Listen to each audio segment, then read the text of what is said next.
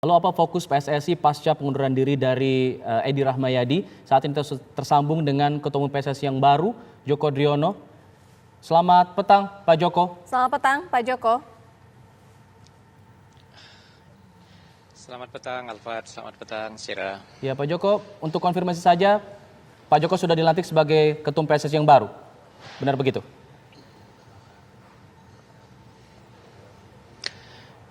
Kongres mengamanatkan sebagaimana yang tertuang dalam statuta PSSI, jika Ketua Umum berhalangan sementara atau permanen, maka Wakil Ketua Umum yang memiliki umur paling senior akan menggantikannya sampai dengan Kongres berikutnya.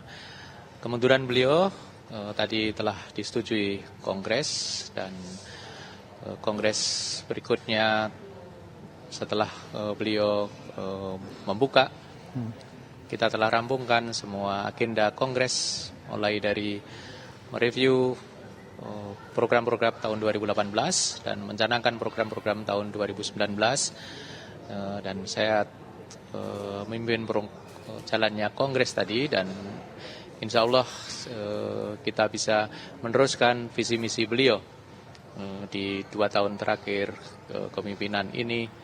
Sekalipun kita memahami bahwa kepemimpinan di PSSI ini tentu akan berpulang kepada yang punya kedaulatan, yaitu anggota-anggotanya sendiri.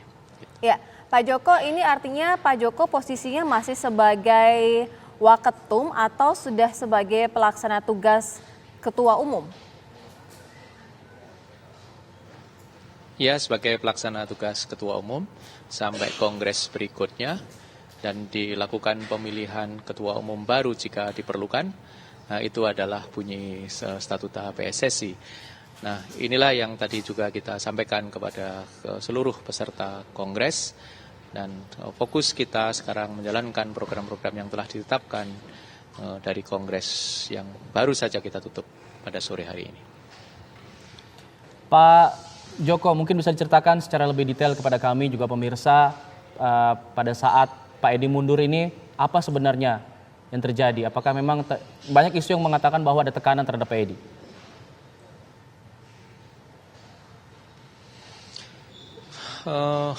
Beliau memiliki karakter yang sangat kuat dengan latar belakang militer. Kami sangat memahami betul bahwa beliau bukan orang yang di posisi gampang ditekan atau apapun. Yang kita dapat konfirmasi dari beliau mulai dari rapat Exco beberapa hari yang lalu sampai di detik-detik terakhir menjelang beliau menyatakan mundur, ada 2 hal penting yang menjadi landasan beliau mengambil keputusan ini, yaitu ini yang terbaik untuk PSSI sebagai organisasi besar sepak bola di negeri ini, dan yang terbaik untuk Indonesia. Dan ini pula yang menjadi spirit kita semua untuk meneruskan komitmen beliau, dan seluruh Exco akan siap menjalankan keinginan organisasi ini sebaik-baiknya. Baik, Pak Djoko, apakah sebelumnya juga Pak Edi menjelaskan gagalnya itu seperti apa dalam pembentukan PSSI ataupun hal-hal lainnya? Beliau punya komitmen, beliau punya target-target, tapi juga beliau punya pertimbangan-pertimbangan tersendiri terhadap dinamika sepak bola di negeri ini. Jalannya kompetisi, pencapaian tim nasional, ini menjadi 2 hal yang menjadi concern beliau, yang tadi di pertemuan dengan media beliau sampaikan beliau merasa bahwa beliau gagal di situ. Nah, ini tentu sikap sportif beliau yang dengan indikator-indikator yang tadi disebutkan. Nah, namun demikian PSSI tidak bisa berhenti. PSSI harus menjalankan keputusan-keputusan organisasi ini, dan apa yang jadi pesan-pesan terakhir beliau ini menjadi atensi kita semua. Pak Djoko, tadi Bapak juga mengatakan akan fokus terhadap target-target ke depannya. Nah, apakah target ke depan ini juga memfokuskan pada penanganan mafia bola yang saat ini masih hangat, Pak? Karena banyak publik yang mengkhawatirkan itu menjadi hilang ketika Pak Edi turun dari kursi ketua umum.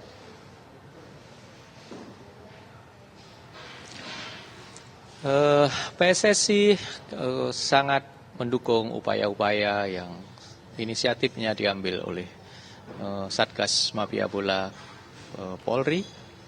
PSSI sendiri di forum kongres tadi menetapkan struktur tentang Komite Ad hoc Integrity yang akan membidani lahirnya sinergi antar lembaga. PSSI merasa tidak bisa sendirian memerangi hal ini dan oleh karenanya kita tidak akan berhenti atas upaya-upaya menjaga integritas sepak bola dengan melibatkan semua elemen termasuk dukungan dari Polri yang sangat-sangat luar biasa. Iya, sejauh ini apa saja Pak yang akan dilakukan untuk mengusut ataupun menyelesaikan kasus ini?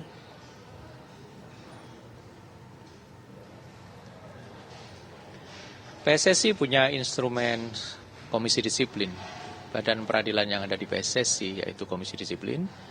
Kemudian unit baru yang dibentuk yaitu Komite Ad hoc Integrity.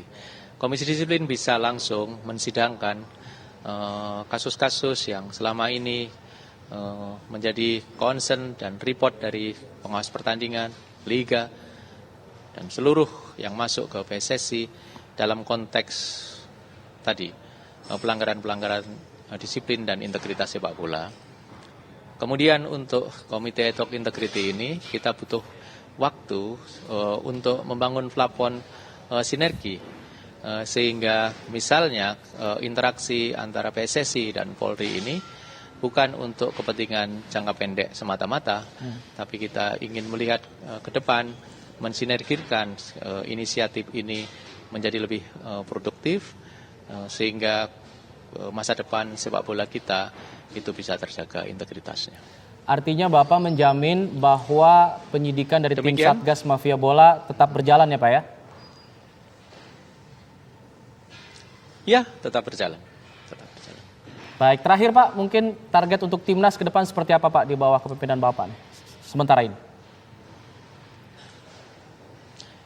Tahun 2019 ada sekurang-kurangnya 4 event penting. SEA Games, kemudian kualifikasi AFC, kemudian ada AFF, baik itu di level youth, under 19, under 16. Tetapi publik selalu menginginkan bahwa di level Asia Tenggara khususnya SEA Games, Indonesia menjadi yang terbaik. Ini pun menjadi tekad dari kita semua.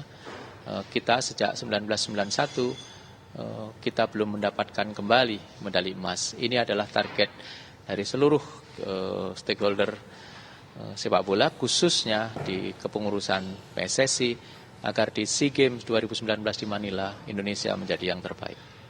Demikian, saya kira, Alfat, Syira, terima kasih. Salam dari Nusa Dua. Baik, terima kasih Pak Joko atas informasinya di Kabar Petang.